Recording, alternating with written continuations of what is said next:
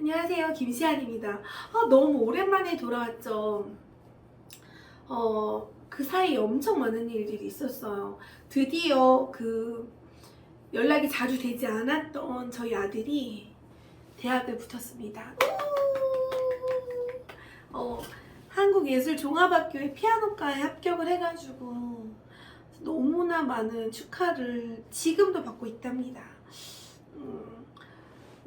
아이를 어떻게 키워냈는지 막 이런 거에 대해서 진짜 많이 궁금해 하세요. 그래서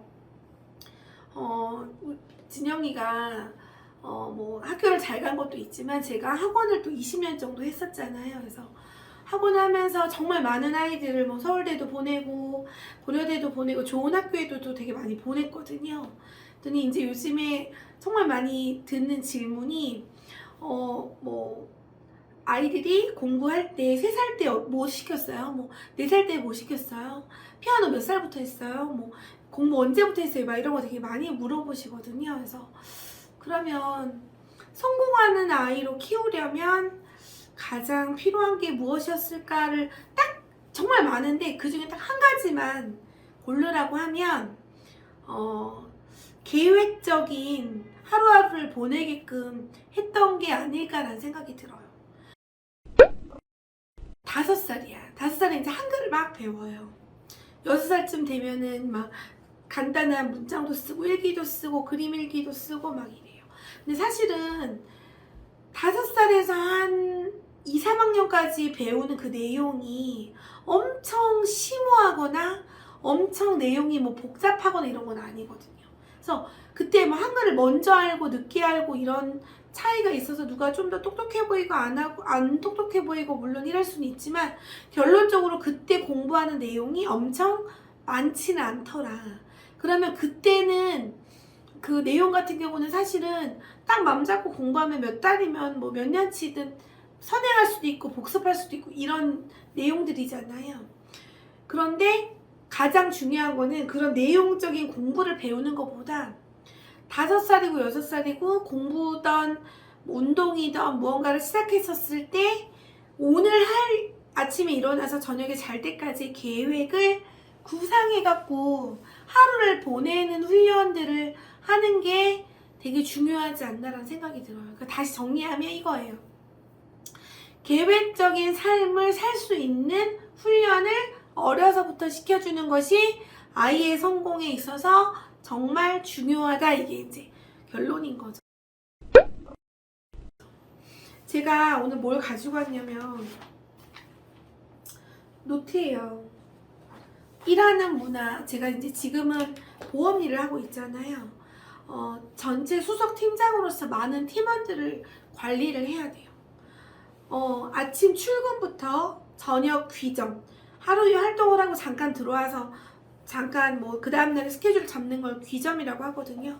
출근, 귀점, 그 다음에 고객들에게 어떤 상품들을 제안했고 그들이 어떤 반응을 보였는지 이런 것들을 다 이렇게 다이어리에 노트에 적게 돼 있어요. 이건 공부가 아니잖아요. 지금 제가 40대, 50대 대부분의 FP들하고 같이 일을 하고 있는 이런 시점에서도 되게 중요한 게 뭐냐면 하루에 대한 계획, 일주일에 대한 계획, 뭐 분기에 대한 계획이에요. 만약에 이런 계획이 하나도 없을 경우에 뭐 예를 들어서 어떤 일이 벌어지는지 한번 볼까요? 예를 들어 우리가 음식할 때도 계획이 되게 필요하거든요. 쌀을 씻어가지고 불려지는 시간이 있어요. 근데 그러면 이제 오늘 음식을 무엇을 할까 하고 아직 아무것도 안 하고 계획을 해야 돼요. 어떻게? 오늘 저녁은 된장찌개에다가 뭐 가지볶음을 해먹자라는 계획을 했어. 그러면 물건은 뭐와 뭐를 사야 될 것이고 우선 밥을 하려면 쌀이 불러서 기다리는 시간이 있으니까 여러 가지 이제 구상을 하고 가장 먼저 해야 될 게 뭐냐면 쌀을 씻어야 되죠. 쌀을 씻고 쌀이 불러지는 동안 가지를 뭐 소금에 절여서 그거를 볶아서 뭐 여러 가지 이런 것들이 있잖아요. 근데 이런 계획을 안 하고 바로 시작하면 막 가지 자르다가 맞다 쌀 안 씻었지. 맞다 어떡하지? 쌀뜨물 안 받아놨네. 어떡하지? 이렇게 그 1시간 안에 요리 안에서도 되게 우왕좌왕하는 일이 벌어지죠. 그러면 계획이 없었기 때문에 뭐 어떻게든 밥을 먹을 수는 있겠지만 그 무계획으로 인해서 되게 분주한 저녁 준비 시간이 되잖아요. 근데 그것이 그 저녁 준비와 똑같이 공부도 마찬가지고 일도 마찬가지더라 라는 생각이 좀 드는 거예요. 중학교 때 고등학교 때 다 다이어리 플래너를 썼는데 어떻게 이렇게 열심히 살았을까라는 사실은 생각이 들 정도로 되게 계획적으로 했던 것 같아요. 그래서 제가 아이를 지도하고 아이를 키우면서 가장 중요시했던 게 뭐냐면 공부 내용의 뭐 핵심 공부, 뭐 핵심 마무리, 문제풀이 이런 게 아니라 계획을 잡게끔 했던 거였어요. 그래서 학원에 이제 학원 운영할 때를 조금 보면 아이들이 딱 와요. 학교 끝나고 오면 어떤 방이 있어요. 그 방에 가서 뭘 하냐면 옷 다 벗고 화장실 갔다 와서 플래너 들고 가지고 이제 들어와요. 플래너가 뭐예요? 오늘 공부할 과목이랑 내용에 대해서 적는 거죠. 적고 만약에 어제 숙제를 내줬는데 안 했잖아요. 그럼 아직 수업에 못 들어오는 거예요. 어떻게 하냐면 그 밖에서 대기실에서 숙제를 다 해야지 이제 도착한 걸로. 이거 항상 공부를 그런 식으로 마무리를 해줬던 것 같아요. 그래서 학원에 와가지고 옷 정리, 화장실 갔다 와서 물 먹고 숙제 안 했으면 숙제하고 이제 도착한 걸로 하고 앉아서 오늘 공부할 거에 대한 계획을 쓰는 거죠. 계획이 얼마나 중요하냐면 이렇게 하루의 스케줄 관리도 계획이지만 예를 들어 문제 풀 때도 계획이 있어요. 문제 한 문제 안에서도 계획. 뭐 예를 들어 한번 들어보세요. 삼각형이 있어요. 삼각형이 있는데 밑변이 나오고 높이가 나오고 넓이를 구하래. 이런 문제는 밑변에다 곱하기 높이를 하고 나누기 2를 하면 넓이가 나오죠. 이건 너무 기본적인 문제예요. 계획 없이도 풀 수 있는. 근데 그런 문제를 풀 때도 어떻게 해요? 삼각형의 넓이를 구해라 그러면 우선 문제를 풀기 전에 머릿속으로 뭐해? 내용을 계획하죠. 어떻게?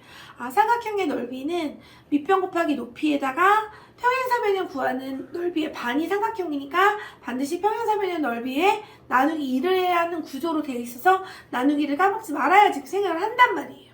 그래서 삼각형의 넓이를 구할 때는 밑변 곱하기 높이 나누기 2를 하는 식을 써놓고 그 밑에 쓰거든요. 조금 계획을 다 적다 보면 더딘 것 같지만 더디지 않아요. 이유는 뭐냐면 정확히 짚고 넘어가는 계획을 하고 숫자를 이렇게 적었기 때문에 정확성이 떨어지지 않기 때문에 조금 더딘 것 같아도 결과적으로는 되게 빠른 방법이 되는 거예요. 계획을 한 것이.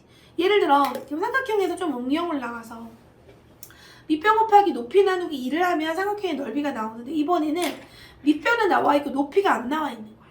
근데 넓이가 나와 있어. 그럼 이때 높이를 구해라.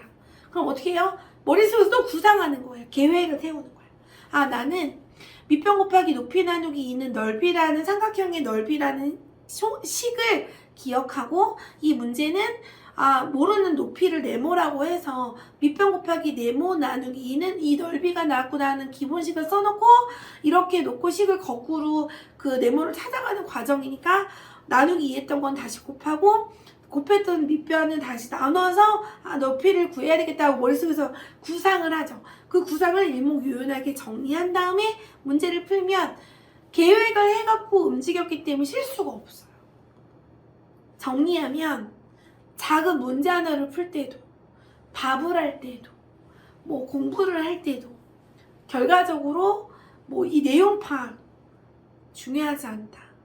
가장 중요한 건 구상 앤드 계획, 그 계획을 초성으로 정리해서 다 해놓고 이제 실행에 옮기는 거 이다. 그래서 계획이 정말 중요한 것 같다라는 이야기를 오늘 드리고 싶습니다. 또 봬요.